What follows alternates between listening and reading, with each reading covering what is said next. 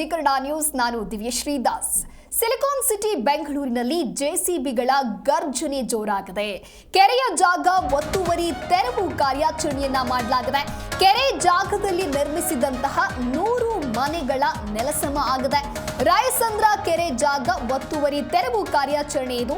4 ಎಕರೆ 22 ಗುಂಟೆ ಕೆರೆಯ ಜಾಗ ಒತ್ತುವರಿಯನ್ನ ಮಾಡಲಾಗಿತ್ತು. ಕೆರೆಯ ಜಾಗದಲ್ಲಿ ಮನೆಗಳನ್ನ ಕಟ್ಟಿಕೊಂಡಿದ್ರು. ಆ ಮನೆಗಳ ನೆಲಸಮ ಮಾಡುವಂತಹ ಕಾರ್ಯಾಚರಣೆ ಸಾಗ್ತಾ ಇದೆ. ಬೆಂಗಳೂರು ಡಿಸಿ ಜಗದೀಶ್ ನೇತೃತ್ವದಲ್ಲಿ ತೆರವು ಮಾಡಲಾಗಿದೆ. ರಾಮರೆಡ್ಡಿ ಅಂಡ್ ಗ್ಯಾಂಗ್ ನಿಂದ ಕೆರೆಯ ಜಾಗ ಒತ್ತುವರಿ ಮಾಡಲಾಗ್ತಾ ಇರುವಂತದ್ದು. ಒತ್ತುವರಿ ಮಾಡಿಕೊಂಡು ಬಡವರಿಗೆ ಸೈಟ್ಗಳ ಮಾರಾಟವನ್ನ ಮಾಡಲಾಗ್ತಾ ಇತ್ತು.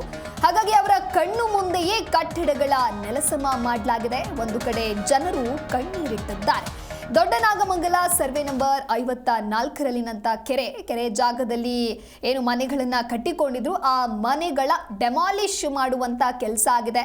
ಒಟ್ಟು 56 ಎಕರೆ 20 ಗುಂಟೆ ಇರುವಂತಹ ಕೆರೆಯ ಜಾಗ.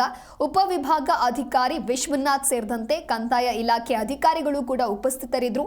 ಪರಪ್ಪನ ಅಗ್ರಹಾರ ಪೊಲೀಸರ ಬಂದೋಬಸ್ತ್ನಲ್ಲಿ ತೆರವು ಕಾರ್ಯಾಚರಣೆಯನ್ನ ಮಾಡಲಾಗಿದೆ. 100ಕ್ಕೂ ಅಧಿಕ ಮಂದಿ ಪೊಲೀಸರ ನಿಯೋಜನೆ ಮಾಡಲಾಗಿದೆ. ನೀವು ಕೂಡ ದೃಶ್ಯಾವಳಿಯಲ್ಲಿ ಗಮನಿಸ್ತಾ ಇರಬಹುದು. ಕೆರೆಯ ಜಾಗ ಒತ್ತುವರಿ ತೆರವು ಕಾರ್ಯಾಚರಣೆ ಹೇಗೆ ನಡೆಸ್ತಾ ಇದ್ದಾರೆ ಅಂತ ಹೇಳಿ ಜೆಸಿಬಿಗಳಿಂದ ಅದನ್ನ ಉರುಳಿಸುವಂತ ಕೆಲಸವನ್ನ ಕೂಡ ಮಾಡಲಾಗ್ತಾ ಇದೆ. ಕೆಲವೊಂದಿಷ್ಟು ಬಿಲ್ಡಿಂಗ್ಗಳು ಮನೆಯನ್ನ ಕಟ್ಟಿಕೊಂಡಿದ್ರು ಅದೇ ಜಾಗದಲ್ಲಿ. ಹಾಗಾಗಿ ಆ ಜನರಿಗೆಲ್ಲರಿಗೂ ಕೂಡ ಇದೀಗ ಸಂಕಷ್ಟ ಎದುರಾಗ್ತಾ ಇದೆ. ಕಣ್ಣ ಮುಂದೆಯೇ ಅವರ ಕಟ್ಟಡಗಳೆಲ್ಲವೂ ಕೂಡ ನೆಲಸಮ ಆಗಿದೆ.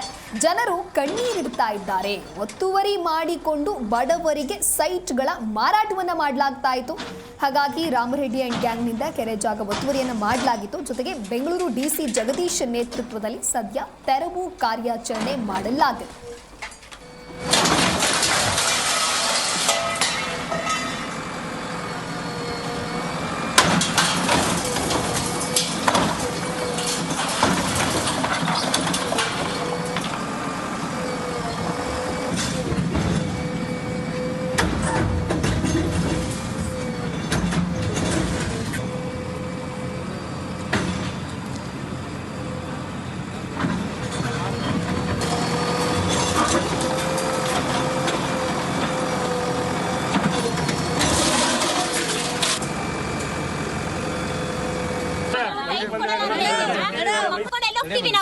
ಸ್ವಲ್ಪ ನಾವು ಬಡವರು ಸರ್, ಸ್ವಲ್ಪ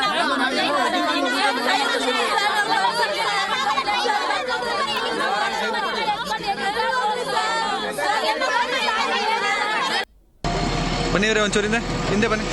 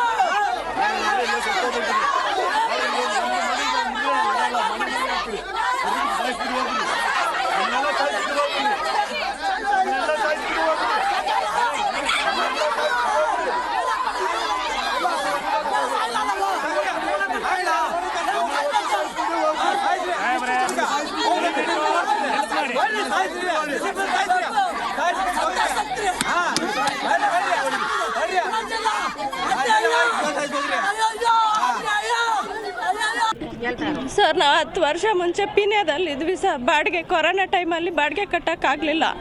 ನಮ್ಮ ಹಸ್ಬೆಂಡ್ ಫ್ಯಾಕ್ಟ್ರಿ ಕೆಲ್ಸಕ್ಕೆ ಹೋಗ್ತಿದ್ವಿ. ನಾವು ಗಾರ್ಮೆಂಟ್ಸ್ ಕೆಲಸ ಮಾಡ್ತಾ ಇದ್ವಿ.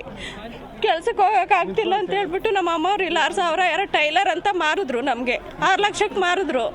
6 ಲಕ್ಷಕ್ಕೆ ಕೊಟ್ಬಿಟ್ಟು ಸಾಲ ಎಲ್ಲ ಬಡ್ಡಿ ಎಲ್ಲ ಮಾಡಿ ತಗೊಂಡು 1-3 ವರ್ಷ ಬಿಟ್ಕೊಂಡು ಕೊರೋನಾ ಟೈಮಲ್ಲಿ ಅದು ಬಾಡಿಗೆ ಕಟ್ಟೋಕ್ಕಾಗಿಲ್ಲ ಸರ್. ಇಲ್ಲಿ ಬಂದುಬಿಟ್ವಿ ನಾವು.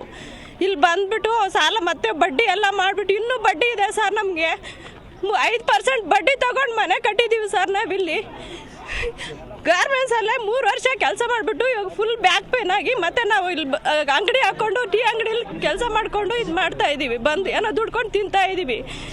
ಇನ್ನು ಬಡ್ಡಿನೇ ತೀರ್ಲಿಲ್ಲ ಸರ್. ನಮಗೆ ಸಾಲನೇ ತೀರ್ಲಿಲ್ಲ. ಇನ್ನು ಸಾಲನೇ ನಮ್ಗೆ ತೀರ್ಲಿಲ್ಲ ಸರ್. ಇವಾಗ ಹೊಡಿತೀವಿ ಅಂತ ಬಂದ್ರೆ ನಾವೇನಾಗಬೇಕು? ವಯಸ್ಸಾಗಿರೋ ಏಮ ನೋಡಿ ಸರ್, ಇವ್ರು ನಿಕ್ಕೊಂಡು ನಾವು ಜೀವನ ಮಾಡ್ತಾ ಇದೀವಿ. ನಮ್ಮ ಅತ್ತೆ ನಿಕ್ಕೊಂಡು ನಾವೇನು ಕೋಟಿಗೆ ಬದುಕ್ತಾ ಇಲ್ಲ. ಬರೀ ಏನೋ 5 ಲಕ್ಷ ಸಾಲ ಮಾಡಿಬಿಟ್ಟು 6 ಲಕ್ಷ ಕೊಟ್ಕೊಂಡು ಸರ್ ನಮ್ಗೆ ಟೈಲರ್ ಅಂತ ಒಬ್ರು ಅವ್ರಿಗೆ ತಗೊಂಡಿದ್ರು, ನಮ್ಗೆ ಅವ್ರು ಮಾರಿದ್ರು. ಹಿಂದೆಗಡೆ ಮನೆ ಅವರು ಇಲ್ಲ ಸರ್, ನಮ್ಮ ಹತ್ರ ಪತ್ರ ಇದೆ ಸರ್. 3 ಜನದ್ದು ಚೇಂಜ್ ಆಗಿರೋದೆಲ್ಲ ನಮ್ಮ ಹತ್ರ ರಿಜಿಸ್ಟ್ರೇಷನ್ ಪತ್ರ ಇದೆ ಸರ್. ನಮ್ಮ ಹತ್ರ ಹೊಡೆಯೋದಕ್ಕಿಂತ ಮುಂಚೆ ಯಾರು ಅಧಿಕಾರಿಗಳು ಬಂದು ನಮ್ಗೆ ಸರ್ ಏನು ಹೇಳಿಲ್ಲ ಸರ್. ನಮ್ಗೆ ಇವಾಗ ದಿಢೀರ್ ಅಂತ ಫೋನ್ ಬಂತು ಸರ್. ಇವರು ಭಯ ಪಟ್ಕೊಂಡು ಮನೆಯೆಲ್ಲ ಹೊಡಿತಾ ಇದಾರೆ ಅಂತ ನಮ್ಮ ಅಜ್ಜಿ ಭಯ ಪಟ್ಕೊಂಡು ಅವ್ರು ಫೋನ್ ಮಾಡಿದ್ರು. ಎದ್ನ ಬಿದ್ದಂತ ಬಂದು ಇಲ್ಲಿ ಬಂದು ನೋಡಿದ್ರೆ ಎಲ್ಲ ಹೊಡಿತಾ ಪ್ರಾಣನೇ ಹೋಯ್ತು ಸರ್. ನಮ್ಗೆ ಇಲ್ಲ ಸರ್, ನಮ್ಗೆ ನೋಟಿಸ್ ನಮ್ಗೆ ಇವತ್ತಿಗೆ ಬಂದೇ ಇಲ್ಲ ಸರ್. ನೋಟಿಸೇ ಬಂದಿಲ್ಲ ಸರ್. ನಮ್ಗೆ ನೋಟಿಸ್ ಬಂದಿಲ್ಲ ಸರ್. ಸರ್ ಏನಿಲ್ಲ ಸರ್, ನಾರ್ಮಲ್ ಆಗಿ ನಾವು ಯಾವಾಗೂ ಬಂದಾಗ ಮನೆ ಅಂಗಡಿಗೆ ಹೋಗಿದ್ದೀವಿ ಸರ್. ನೋಟಿಸ್ ಯಾರಾದ್ರೂ ನಮ್ಗೆ ಇನ್ಫಾರ್ಮ್ ಮಾಡಿದ್ರೆ ನಾವು ಹೋಗ್ತಾ ಇರ್ಲಿಲ್ಲ ಸರ್. ನಾವು ಮನೆ ಬಿಟ್ಟು ಹೋಗಿದೀವಿ, ಅವಾಗ ಬಂದು ಹೊಡಿದ್ರೆ ನ್ಯಾಯನ ಸರ್ ಇದು? ನಾವು ಮನೆಯಲ್ಲಿ ಏನೇನೋ ಇಟ್ಕೊಂಡಿರ್ತೀವಿ ಸರ್. ಗೊತ್ತಿಲ್ಲ ಸರ್ ಎಷ್ಟು ಮನೆ ಅಂತ, ಆದ್ರೆ ನಮ್ಮ ಮನೆ ಇಲ್ಲಿದೆ ಸರ್. ಅದು ನಾವು ಇವ್ರು ಹೇಳಿದ ತಕ್ಷಣ ಇದೆ ಸರ್. ನಮ್ಗೆ ಏನು ಇನ್ಫಾರ್ಮೇ ಮಾಡಿಲ್ಲ ಸರ್. ಬಂದಂಗೆ ಹೊಡೆದ್ರೆ ಏನ್ ಸರ್? ನಾವು ಅಷ್ಟು ಕೊರೋನಾ ಟೈಮಲ್ಲಿ ಕಟ್ಕೊಂಡು ಬಂದಿರೋ ಸರ್. ಅದು ಮಕ್ಕಳನ್ನ ಸ್ಕೂಲ್ ಎಲ್ಲ ಬಿಡಿಸ್ಬಿಟ್ಟು ಮತ್ತೆ ಇಲ್ಲಿ ಕರ್ಕೊಬಂದು ಇಲ್ಲಿ ಕಾರ್ಮೆಂಟ್ ಅಲ್ಲಿ ಹಾಕಿದ್ದ ಹುಡುಗನ ಮತ್ತೆ ದೊಡ್ಡನ ಇದು ತಿಮ್ಮಯ್ಯ ರೆಡ್ಡಿ ಸ್ಕೂಲ್ ಗೌರ್ಮೆಂಟ್ ಸ್ಕೂಲ್ಗೆ ಹಾಕಿ ಸ್ಕೂಲ್ ಕಳಿಸಿ ಇದು ಮಾಡಿದೀವಿ ಸರ್. ನಾವು ಸುಕನ್ಯಾ ಸರ್.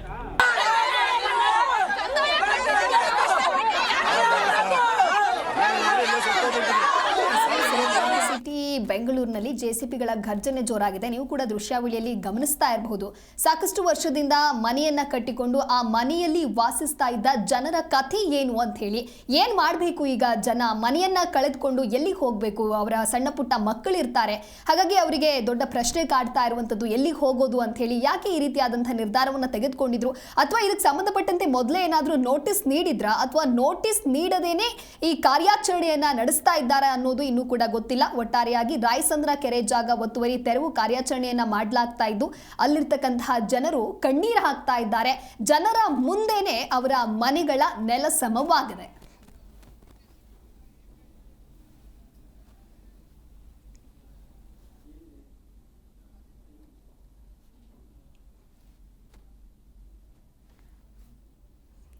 ಒಂದು ಕಡೆ ನೀವು ದೃಶ್ಯಾವಳಿಯಲ್ಲಿ ಗಮನಿಸ್ತಾ ಇರಬಹುದು, ಜೆಸಿಬಿಯಿಂದ ಮನೆಗಳನ್ನ ಯಾವ ರೀತಿಯಾಗಿ ಕೆಡುತ್ತಾ ಇದ್ದಾರೆ, ನೆಲಸಮ ಮಾಡ್ತಾ ಇದ್ದಾರೆ ಅನ್ನುವಂಥ ದೃಶ್ಯವನ್ನ ಗಮನಿಸ್ತಾ ಇದ್ದೀರಾ. ಇನ್ನೊಂದು ಕಡೆ ಎರಡನೆಯ ದೃಶ್ಯಾವಳಿಯಲ್ಲಿ ನೀವು ನೋಡ್ತಾ ಇರಬಹುದು ಯಾವ ರೀತಿಯಾಗಿ ಜನರು ತಮ್ಮ ಅಳಲನ್ನ ತೋಡ್ಕೊಳ್ತಾ ಇದ್ದಾರೆ, ಹೇಗೆ ತಮ್ಮ ಆಕ್ರೋಶವನ್ನ ವ್ಯಕ್ತಪಡಿಸ್ತಾ ಇದ್ದಾರೆ ಅಂತ ಹೇಳಿ. ಯಾವುದೇ ರೀತಿಯಾದಂತಹ ನೋಟಿಸ್ ಅನ್ನ ಅವರು ನೀಡಿರೋದಿಲ್ಲ. ನೋಟಿಸ್ ನೀಡದೆ ಇದ್ದಕ್ಕಿದ್ದ ಹಾಗೆ ಏಕಾಏಕಿ ಈ ರೀತಿ ಭೇಟಿ ಕೊಟ್ಟು ಅವರ ಮನೆ ಈ ರೀತಿ ಕಾರ್ಯಾಚರಣೆಯನ್ನ ನಡೆಸ್ತಾ ಇದ್ದಾರೆ ಅಂತ ಹೇಳಿದ್ರೆ ಜನರು ಎಲ್ಲಿಗೆ ಹೋಗಬೇಕು ಅಂತ ಹೇಳಿ ಸದ್ಯ ಪ್ರಶ್ನೆಯನ್ನ ಮಾಡ್ತಾ ಇದ್ದಾರೆ. ಆದ್ರೆ ಬೆಂಗಳೂರು ಡಿಸಿ ಜಗದೀಶ್ ನೇತೃತ್ವದಲ್ಲಿ ಆಗ್ತಾ ಇರುವಂತಹ ತೆರವು ಕಾರ್ಯಾಚರಣೆ ಇದು. ಇದಕ್ಕೆ ಬೇಕಾಗಿರ್ತಕ್ಕಂತಹ ನೀತಿ ನಿಯಮಾವಳಿಗಳು ಇಲ್ವಾ ಹಾಗಾದ್ರೆ ಅನ್ನುವಂತ ಪ್ರಶ್ನೆ ಸದ್ಯ ಮುನ್ನೆಲೆಗೆ ಬರ್ತಾ ಇದೆ.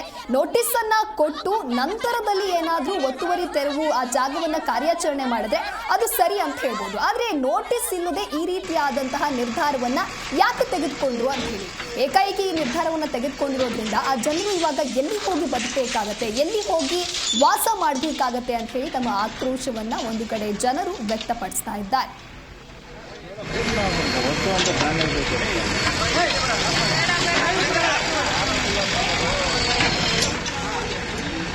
हाँ